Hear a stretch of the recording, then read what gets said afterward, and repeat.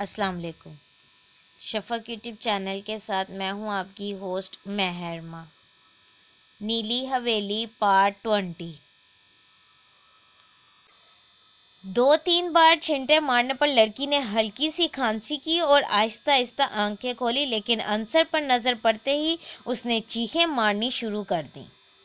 سنسان حویلی میں چیخوں کی آواز گونجی تو ایک لمحے کے لیے تو عنصر کے پیروں تلے سے زمین ہی کھسک گئی، مگر اس نے اپنے حواس پر قابو پایا اور اسے چپ ہونے کے لیے کہا۔ لڑکی مسلسل چیخیں مار رہی تھی۔ عنصر کو اور تو کچھ نہ سوجا، اس نے لڑکی کو کندھوں سے پکڑ کر زور سے جھنجھوڑا اور کہا کہ وہ چپ ہو جائے۔ بالآخر وہ چپ ہو گئی، مگر تھوڑا سا پیچھے ہٹ کر ڈرے ڈرے انداز میں اس کی طرف غور سے دیکھنے لگی۔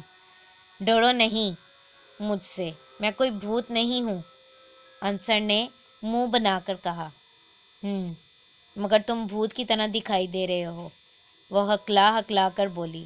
اللہ معاف کرے، چند گھنٹے پہلے تو میں انسان تھا، اس نے گھبرا کر اپنے آپ کو ٹٹولتے ہوئے کہا۔ اسے شک ہونے لگا نیلی حویلی میں آ کر کہیں وہ سچ مچ بھوت تو نہیں بن گیا۔ میرا یقین کرو، میں واقعی بھوت نہیں ہوں، عنصر نے پر یقین لہجے میں کہا۔ میں ماسٹر حمید کا بیٹا ہوں، یہاں اپنے ابا کو ڈھونڈنے آیا تھا، اس کمرے میں دیکھا تو آپ مل گئیں، بس خاکسار نے آپ کو ہوش میں لانے کی غلطی کی ہے، اس نے منہ بسوڑتے ہوئے کہا۔ ٹھیک ہے، لیکن آپ کا حلیہ ایسا ہے کہ میں ڈر گئی، اس نے آہستگی سے کہا۔ عنصر نے اس کی بات پر دھیان نہ دیا۔ اسے یاد آیا اس نے ابھی تک اس سے یہ پوچھا ہی نہیں تھا کہ وہ کون ہے اور یہاں پر کیا کر رہی ہے۔ برا نہ مانے تو آپ کا نام پوچھ سکتا ہوں؟ عنصر نے نرمی سے پوچھا۔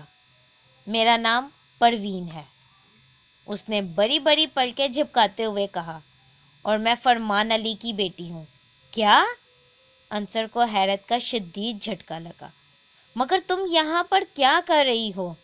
میں نہیں جانتی یہ کون سی جگہ ہے، میں گلی کی آخری نکڑ پر واقع اپنی سہیلی کے گھر جا رہی تھی، اچانک کوئی میرے سامنے آیا اور مجھے کچھ سونگھ آیا، اس کے بعد مجھے کچھ ہوش نہ رہا اور خود کو ایک تہہ خانے میں پایا، پروین نے سر کو سہلاتے ہوئے کہا۔ تہہ خانہ؟ کون سا تہہ خانہ؟ عنصر نے حیرت زدہ لہجے میں پوچھا۔ پروین نے لب ہلائے ہی تھے کہ کسی کے قدموں کی چاپ سنائی دینے لگی۔ عنصر نے منہ پر انگلی رکھ کر اسے خاموش رہنے کا اشارہ کیا۔ چونکہ یہ کمرہ سیڑھیوں کی بائیں جانب سرے پر واقع تھا، اس لیے اوپر چڑھنے کی آواز واضح سنائی دے رہی تھی۔ نوارد نے ادھر ادھر دیکھا تو اسے کمرے کا آدھ کھلا دروازہ نظر آیا۔ عنصر اور پروین دروازے پر ہی نظریں گاڑے ہوئے تھے۔ اچانک ایک دھماکے سے دروازہ کھل گیا۔ نوارد نے دروازے کو بڑی بے رحمی سے لات رسید کی تھی۔ وہ چودھری عمر دراز کا ہی آدمی تھا اور بڑے غضبناک موڈ میں لگ رہا تھا۔ نیچے وہ اپنے دونوں ساتھیوں کی حالت دیکھ کر عنصر کو ڈھونڈتا ہوا اوپر آیا تھا۔ دانت کچکچاتے ہوئے وہ دونوں کی جانب بڑھا تو عنصر نے پروین کو پرے ہٹا دیا۔ اس نے عنصر کے قریب آ کر پوری طاقت سے مکہ گھمایا۔ عنصر ذرا سا پرے ہٹا تو اس کا مکہ دیوار پر جا لگا۔ ہلکی سی لڑکھڑاہٹ سے وہ پیچھے ہٹا تو عنصر نے اس کے سر پر کونی مار دی۔ وہ تھوڑا اور لڑکھڑا کر پیچھے ہٹ گیا۔ پہلے بدماشوں کی طرح یہ بھی کافی ہٹا کٹا تھا، اس لیے عنصر کی ضرب کا اس پر زیادہ اثر نہیں ہوا۔ اس نے قہر آلود نظروں سے عنصر کو دیکھا، دوڑتا ہوا آیا اور عنصر سے ٹکرا گیا۔ عنصر کو جھٹکا لگا اور وہ دیوار سے جا ٹکرایا۔ دیوار میں ٹکرانے کی وجہ سے وہ چکرا گیا۔ ابھی وہ سنبھلنے کی کوشش کر ہی رہا تھا کہ اس نے عنصر کا بازو پکڑ کر گھمایا اور پوری قوت سے دروازے کی جانب ایسے پھینکا جیسے نیزہ باز نیزے کو پھینکتے ہیں۔ عنصر اپنا توازن کھو چکا تھا۔ وہ بے توازن سیدھا دروازے سے باہر جالیوں سے دھڑم سے ٹکرایا۔ جالیاں چونکہ کافی مضبوط تھیں اس لیے وہ بچ گیا، ورنہ نیچے ہال میں جا گرتا۔ وہ بدماش زخمی سانڈ کی طرح ناک سے پھوں پھوں کی آوازیں نکالتا عنصر کے جانب بڑھا۔ جیسے ہی وہ اس کے قریب پہنچا، عنصر مضبوطی سے اس کے ساتھ چمٹ گیا۔ اس نے خود کو عنصر کی گرفت سے چھڑانے کی بھرپور کوشش کی، مگر عنصر نے اسے سختی سے دبوچ لیا اور پوری طاقت سے اسے پیچھے دھکیلنا شروع کر دیا۔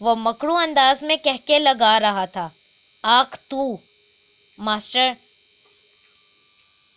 حمید نے نفرت سے چودھری عمر دراز کے منہ پر تھوکا، تمہارے ظلموں کی رات ختم ہونے والی ہے شیطان۔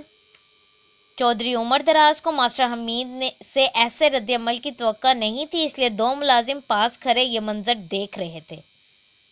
چودھری عمر دراز کو اپنی توہین محسوس ہوئی، اس سے نہ رہا گیا تو آگے بڑھ کر ماسٹر حمید کے پیٹ پر غصے سے لات مار دی۔ ماسٹر حمید کی چیخ نکلی اور وہ درد سے دوہرے ہو گئے۔ چودھری عمر دراز نے ماسٹر حمید کو سر کے بالوں سے پکڑا اور زور سے زمین پر دے مارا۔ ان کی چیخ بلند ہوئی اور کچے فرش پر خون پھیلنے لگا۔ چودھری عمر دراز نے ایک اور لات ماری مگر اس بار ان کی چیخ نہیں نکلی، وہ بالکل بے حس و حرکت پڑے تھے۔ چودھری عمر دراز نے ماسٹر حمید کو گریبان سے پکڑ کر اوپر اٹھایا۔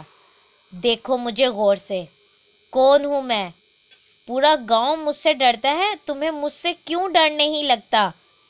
چودھری عمر دراز نے ہذیانی انداز میں چیختے ہوئے ماسٹر حمید کے جسم کو جھنجھوڑا۔ چودھری صاحب لگتا ہے یہ مر چکا ہے، ایک ملازم نے کہا۔ اس نے ماسٹر حمید کو چھوڑ دیا، اس کے سر سے بدستور خون بہہ رہا تھا۔ چودھری عمر دراز سے ٹکرانے کا انجام یہی ہوتا ہے، صبح ہونے سے پہلے اس کے ٹکڑے کر کے پیپل کے درخت پر لٹکا دینا۔ گاؤں والوں کو ایک اور تحفہ دینے کا وقت آ گیا ہے۔ جی چودھری صاحب۔ چودھری عمر دراز کی بات سن کر دونوں ملازموں نے اثبات میں سر ہلا دیا۔ یہ پجو کالا اور اچھو کیوں نظر نہیں آ رہے؟ کہاں مر گئے ہیں یہ تینوں؟ چودھری عمر دراز نے غصے سے پوچھا۔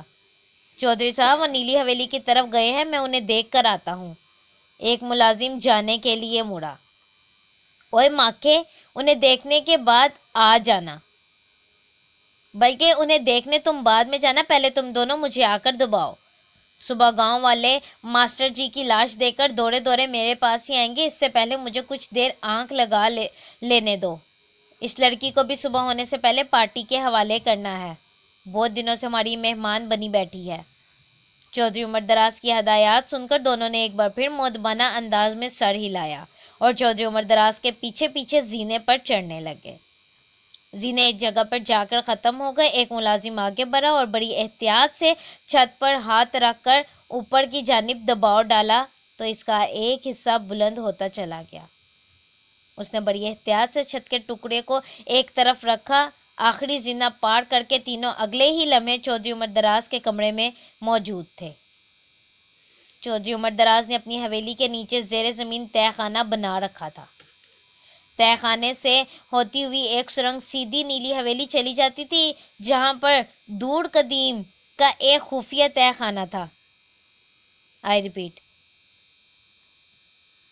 تہہ خانے سے ہوتی ہوئی ایک سرنگ سیدھی نیلی حویلی چلی جاتی تھی، جہاں پر دور قدیم کا ایک اور خفیہ تہہ خانہ تھا۔ وہاں سے ایک سرنگ کھیتوں کے نیچے سے ہوتی ہوئی گاؤں سے باہر نکل جاتی تھی۔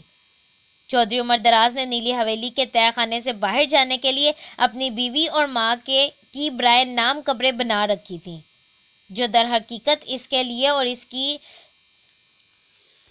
اس کے چیلوں کے لیے گزرگاہ کا کام دیتی تھیں، اور وہ اس کے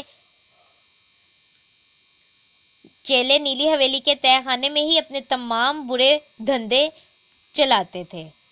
سرنگ کے دوسرے راستے سے بچوں اور منشیات کی سمگلنگ کا کام کیا جاتا تھا۔ کسی کے وہم و گمان میں بھی نہیں تھا کہ چودھری عمر دراز کی نیلی حویلی کے نیچے تہہ خانے میں اتنا گھناؤنا کھیل کھیلا جا رہا ہے۔ دونوں ملازم چودھری عمر دراز کے پاؤں دبانے لگے تو اس کی آنکھیں بوجھل ہونے لگیں۔ رفتہ رفتہ کمرہ اس کی خراٹوں سے گونجنے لگا۔ دونوں نے اسے دبانا چھوڑ دیا۔ جب انہیں یقین ہو گیا کہ چودھری عمر دراز نیند میں جا چکا ہے تو دونوں اٹھ کھڑے ہوئے۔ اوئے گلو، تو اوپر سے کھیتوں سے ہوتا جا اور لڑکی کو نیلی حویلی سے لے کر نیچے سرنگ میں آ جا، اور ہاں ان تینوں حرامیوں کو بھی بلا لا۔ اتنی دیر ہو گئی ہے واپس نہیں آئے۔ لڑکی کو صبح ہونے سے پہلے پارٹی کے حوالے کرنا ہے اور ماسٹر جی کا کام بھی تمام کرنا ہے۔ بہت کام پڑا ہے ابھی، ماکے نے تحکمانہ انداز میں کہا تو گلو نے اثبات میں سر ہلایا اور باہر نکل گیا۔ ماکھے نے ایک نظر چودھری عمر دراز پر ڈالی جو زور زور سے خراٹے مار رہا تھا اور دروازہ کھول کر ساتھ والے کمرے میں چلا گیا۔ یعنی وہ ملازم خود ساتھ والے کمرے میں چلا گیا اور ماکھے کا انتظار کرنے لگا۔ آئی ریپیٹ، اور ماکھا گلو کا انتظار کرنے لگا جو وہ لڑکی کو اور ان تینوں ساتھیوں کو لینے گیا تھا جو نیلی حویلی میں موجود تھے۔ نیلی حویلی میں انصر اور پروین کے ساتھ کیا بھی تھی؟ ماسٹر حمید کیا سچ مچ میں مر چکا تھا اور اس کی لاش اگلے دن درخت پر لٹکا دی جا چکی تھی؟ جاننے کے لیے شفق یوٹیوب چینل کو لائک اور سبسکرائب کرنا مت بھولیں۔ شکریہ۔